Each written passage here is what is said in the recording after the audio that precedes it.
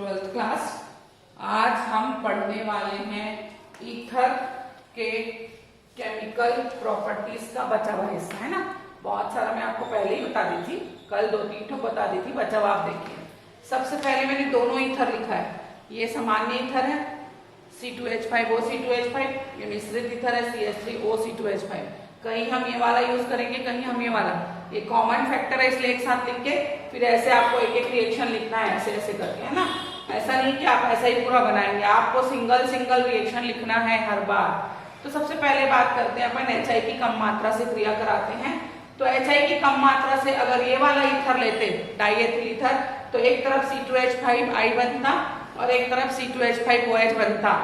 लेकिन मिश्रित ईथर में बात बदल जाएगी। कम मात्रा के HI से मिश्रित ईथर की क्रिया कराएंगे तो हमेशा छोटा समूह CH3I बनाएगा और बड़ा समूह ही अल्कोहल बनाएगा। इस विधि को जिशॉल विधि कहते हैं। यहाँ पे +I प्रभाव प्रभावी होता है और इसी से पता चलता है कि कौन सा ऑक्सी समूह है और कौन सा एन समूह है। ये बहुत इंपॉर्टेंट है। अधिक मात्रा में लेंगे आप, क्या चीज अधिक मात्रा में ले रहे हैं, HI की अधिक मात्रा जब लेंगे तो सीधे सीधे 2 मोल C2H5I बन जाता है आपका। ये भी C2H5I हो जाएगा, ये भी C2H5I होगा और 2H जो लिया है आपने O के साथ निकल के H2O बना लेगा। PCl5 से क्रिया, आप जानते हैं PCl5 से क्रिया। इसको भी एक Cl दीजिए, C2H5Cl होगा। इसको भी एक Cl दीजिए, C2H5Cl होगा।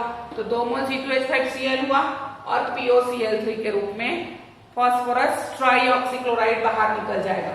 एसिटाइल क्लोराइड से क्रिया, इस क्रिया को आप एसिलीकरण भी कह सकते हैं। तो ये फिर से यहीं से उतारेंगे आप, CH3CO OC2H5 इसके साथ जोड़ दीजिए, ये बन गया आपका एस्टर एथिल एसीटेट और बचा हुआ C2H5 को आप Cl देके बाहर निकाल लीजिए। क्लियर। निर्जलीकरण यानी ईथर से जल निकालना। तो ईथर का एक O, यहाँ से एक H और यहाँ से एक H, तो इधर भी C2H4 बच रहा है और उधर भी C2H4, तो 2 मोल एथिलीन बन जाएगा आपका। 2C2H4 प्लस H2O हो जाएगा। ये निर्जलीकरण आप एल्यूमिना की उपस्थिति में 360 डिग्री पर करेंगे। अपचयन यानी हाइड्रोजन का ग्रहण किया जाना, आप LiAlH4 की उपस्थिति में अपचयन करेंगे।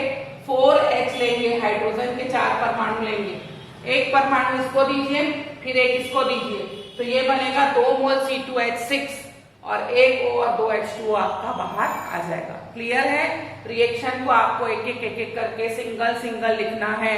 आप एक साथ ऐसा नहीं उतारेंगे, ये तरीका है जिससे आप जल्दी सीख सकते हैं। ईथर एक लुईस क्षार है क्योंकि उसके ऑक्सीजन के पास लोन पेयर इलेक्ट्रॉन रहता है।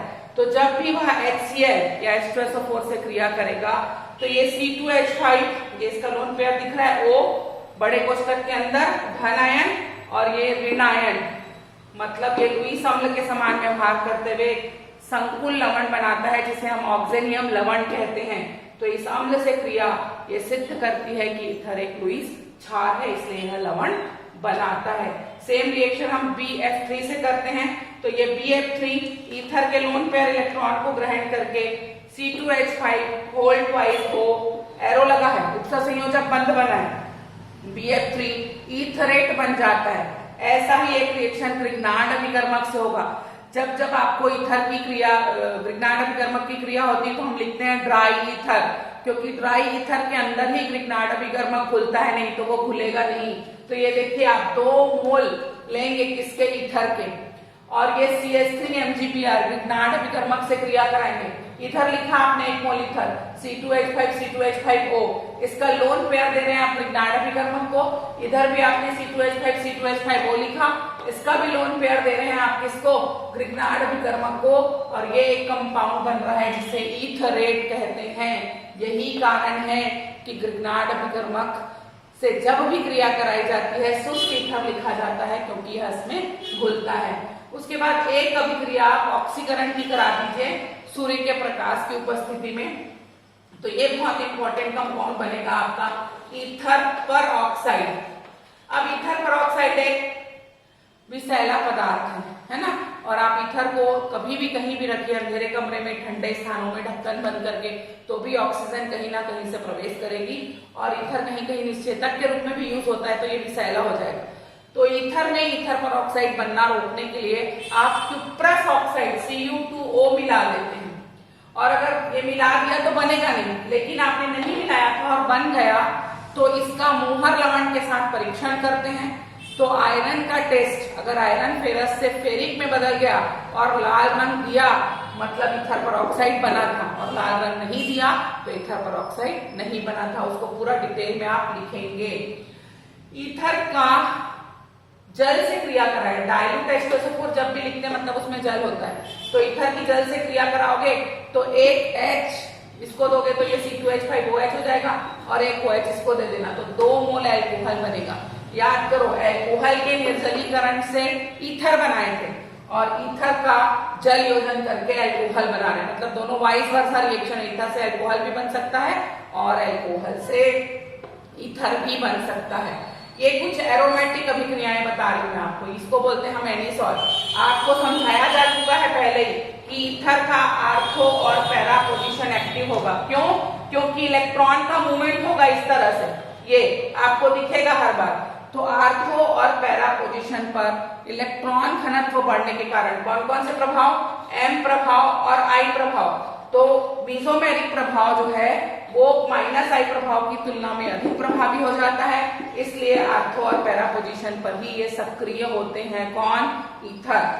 तो इसलिए जब हम कार्बन डाइसल्फाइड की उपस्थिति में इसका ब्रोमीनीकरण कर रहे हैं तो एक ब्रोमीन आर्थो पे लगेगा, दूसरा पैरा पे लगेगा। ये 80% बनता है, ये 20% बनता है और HBr बाहर निकलेगा। सेम नाइट्रीकरण होगा। फिनॉल में आप कर चुके हैं, HNO3 सांद्र, H2SO4 सांद्र, ये दोनों के मिश्रण को ही हम नाइट्रेटिंग मिश्रण के नाम से जानते हैं। फिर वही होगा, आर्थो पोजीशन में NO2 लगेगा और पैरा पोजीशन में NO2 लगेगा। Ortho nitro anisole, para nitro anisole का निर्माण होगा, जल का अणु बाहर में निकल जाएगा। हमेशा ये 80% होगा और हमेशा ये 20% बनने वाला है। क्लियर? अगला लास्ट फ्रीडल क्राफ्ट अभिक्रिया रिएक्शन पढ़ चुके हैं पहले भी आप।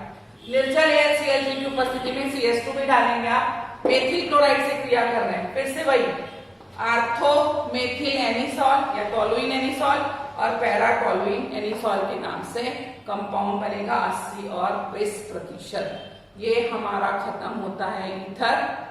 आपकी किसी की कॉपी नहीं आ रही है, प्रैक्टिकल कॉपी भी आपको बनाना है। हर फ्राइडे को मैं आपको प्रैक्टिकल्स भेज रही हूँ, आपको कॉपी में लिखना है प्रैक्टिकल सारा कुछ। आप में से किसी का कोई भी रिस्पॉन्स नहीं आ रहा है और आप सिर्फ ये मान के चलिए कि कुछ नहीं बदला है, स्कूल पूरा चल रहा है। बस इस बार ये अंतर आ गया है कि आप स्कूल घर से पढ़ रहे हैं और इस चीज को आप जब तक एक्सेप्ट नहीं करेंगे ये साल आपको बहुत दिक्कत देने वाला है। तो प्लीज आप इस चीज को समझिए और पढ़िए। Thank you.